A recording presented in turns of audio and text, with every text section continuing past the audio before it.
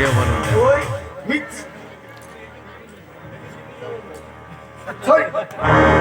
चुकून लागलोय डॉक्टर. आधी चुका करायच्या आणि नंतर सॉरी म्हणायचं याही होणार आहे का?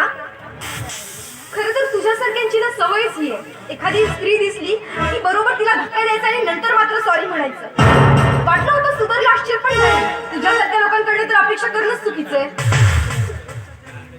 हा गेल्या 3 वर्षापासून तुझा शोध घेतोय, पण आज तुम्हाला या ठिकाणी 3 वर्षानंतर भेटतोय. आणि काय का तुझा हे काय तुझ्याकडे हातामध्ये? हा काय आहे?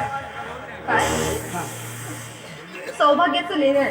खरंच लग्न झालेलं आहे माझं. तुला काय वाटलं होतं मी आता एकटीच आयुष्य जगते? हे बघ, हल्ली माझं लग्न झालेलं, त्यामुळे माझ्या मार्गात आडवं येऊ नकोसा सांगून ठेवते.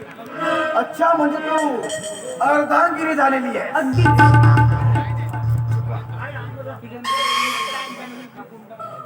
पण अर्धांगिनी झाली आहेस ना डार्लिंग, पण तुला माहिती नाहीये, तू ज्या दिवशी माझ्या गळ्यात थप्पड मारलीस ना, त्या दिवसापासून मी ठरवलं होतं की तुला हासिल करणार म्हणून.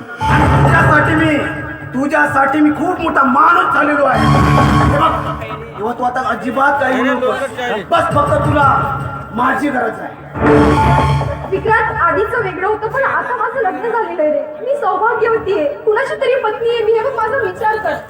परत माझ्या मार्गाला येऊ नकोस. आजपर्यंत जे झालं, इव्हन जर का माझ्या हातनं काही चुका झाल्या असतील ना, त्याविषयी मी माफी मागते रे. तू मला जाऊ दे. हो, बरोबर आहे तुझं, बरोबर आहे. पण हे जे काही मी केलं ते सगळं तुझ्यासाठी केलं आहे ना. तूच म्हणत होती ना, तूच म्हणत होती ना काय विक्रांत, तू मोठा माणूस मला बघायचा आहे तुला. आज त्या समोर झालेलो आहे.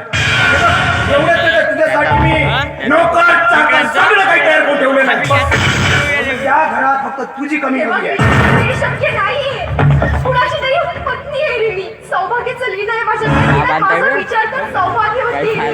त्या पलीकडे माझ्या मार्गात येऊ नकोस आणि मला सुखाने संसार चालू दे, एवढ्याच अपेक्षा करते रे. हे बघ, जर चुकून माझ्याकडनं काही चुका झाल्या असतील ना, मी खरंच हात मार. माफी मागते रे तुझी. हे बघ, मला जाऊ हात द्या. दुखते का? माझ्या मार्गात येऊ नकोस, मला जाऊ दे.